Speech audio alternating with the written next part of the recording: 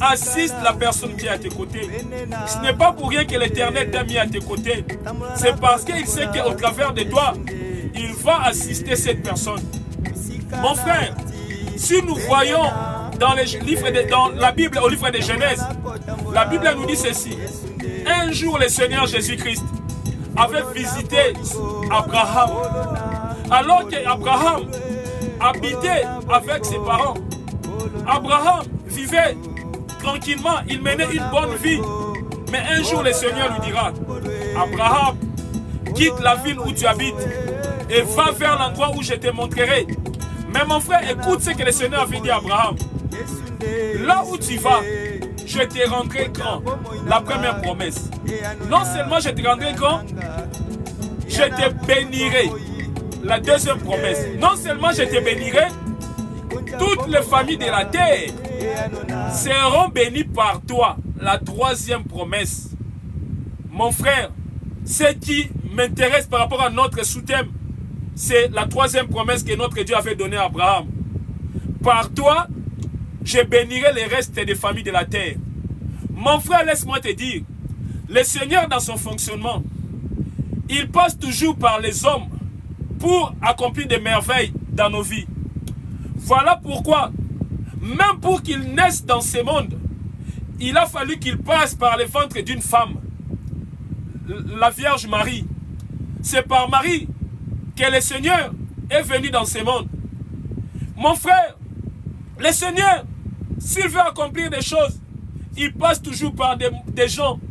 Laisse-moi te dire, tous les moyens que tu as, mon frère, ce sont des moyens que Dieu t'a donnés. Et pour toi, et pour le reste du monde. Voilà pourquoi il est de ton intérêt de pouvoir assister tout le temps toutes les personnes là qui souffrent dans ton entourage. Mon frère, vraiment, je tiens à vous rappeler que notre grand thème qui nous a ramené à ce sous-thème, nous l'avons intitulé les conflits dans la société. Et nous avons dit par ce grand thème, si notre Dieu ne se manifeste pas dans notre vie, c'est parce que nous nous comportons en ennemis face à notre Dieu et face à nos frères et sœurs que nous voyons dans le monde. Et aussi longtemps que nous allons nous comporter en ennemis, que ce soit face à notre Dieu, que ce soit face à nos frères et sœurs dans ce monde, n'espérons rien de notre Dieu. Voilà pourquoi il nous demande de tout faire pour régler les conflits, pour briser ces conflits, afin que nous voyions sa gloire, afin que nous voyions sa main dans nos vies. Oui, mon frère, de quelle manière nous pouvons nous mettre en conflit avec notre Dieu? C'est à chaque fois que nous ne voulons pas nous soumettre à sa parole. Et aujourd'hui, nous sommes en train de parler d'un sous-thème, la non-assistance en personne en danger. Par là, nous comprenons que notre Dieu nous demande d'assister tous nos entourages, toutes ces personnes-là qui nous entourent, qui sont en train de souffrir, avec le peu de moyens qu'il met à notre disposition. Assistons ces gens-là.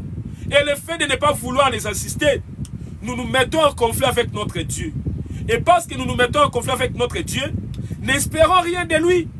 Voilà pourquoi il nous dit au livre d'Ésaïe, chapitre 59, du verset 1er à 2, « Non, la main de l'Éternel n'est pas courte pour agir, ni son oreille lourde pour entendre, mais ce sont vos péchés qui l'empêchent d'agir.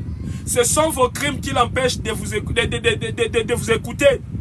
Voilà, mon frère, ma soeur, je vous rappelle, mon frère, tu as tant cherché l'Éternel à cause de ta maladie. Tu as tant cherché l'Éternel à cause de ton chômage. Tu as tant cherché l'Éternel pour avoir le mariage. Tu as tant cherché l'Éternel pour avoir des enfants. Tu es marié, ça fait des années. Tu n'arrives pas à concevoir. Mon frère, regarde un peu ta situation. Est-ce qu'il est dans ton entourage?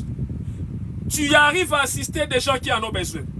Laisse-moi te dire, aussi longtemps que tu ne le ferais pas, cela reste un des blocages dans ta vie. Voilà pourquoi, mon frère, je vous demande de tout faire afin d'assister nos entourages.